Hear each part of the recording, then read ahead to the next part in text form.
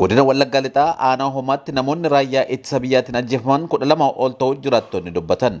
Ajjecha raawwate kanaan alatti namoota 26 ol ta'an jumlaan hidhatti guuruudhaan dararaa akka malee irraan gahaa kan jiran ta'uu Oromiyaa 11 odeeffatee jira. Waxabajjii 14/2023 torban darbe godina Wallaggaa Lixaa aanaa homaa magaalaa homaa keessatti raayyaan ittisa biyyaa namoota jiraatti gubee ajjeesuu jiraattota dubbisuun isinii gabaafne turre.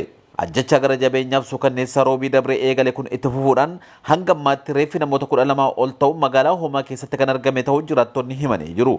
Walumaa gala godina Wallaggaa Lixaa aanaa homaa bakka jedhamtudha. Bakka sanarratti taateen kun kan isheen taate guyyaa isaa gaafa roobiidha.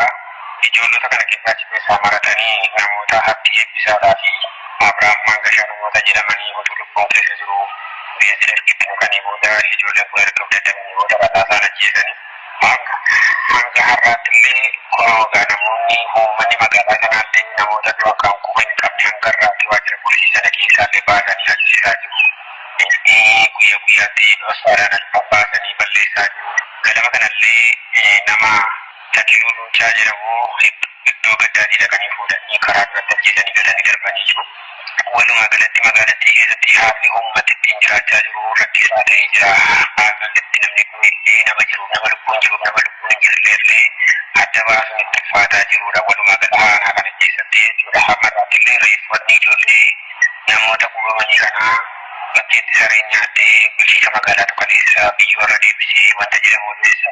Kana nan qabaa hammarratti illee reeffa namoota sadii immoo naannoo ganda duwwaa tokko keessatti kan argamtu naannoo Baabbaan Waaree bakka jedhamutti reeffi nama sadii kun keessatti gatamee jira. Guyyaa roobii dheengaddaa dargaggoota lama boba'aa itti firfirsuudhaan wayita ibiddatti qabsiisan ofirraa dhaamsuuf tattaaffii wayita godhan rasaasa itti roobsuudhaan kan ajjeesan ta'uu ragaa jiraattota naannoo waabeeffachuudhaan gabaafne turre.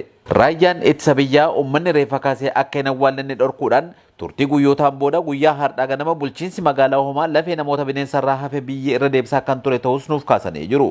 Waraanni mootummaa naannicha qubatee jiru uffata dambii waraanaa barruu Amaara jedhu uffatanii kan turan ta'uu ijaan akka arganis himanii jiru. Walumaa galatti haalli amma magaalattiin keessa jirtu sochiin isheen keessa jirtu haalli uummata ittiin bahee galuu jiraachuun kan ulfaataa jirudha.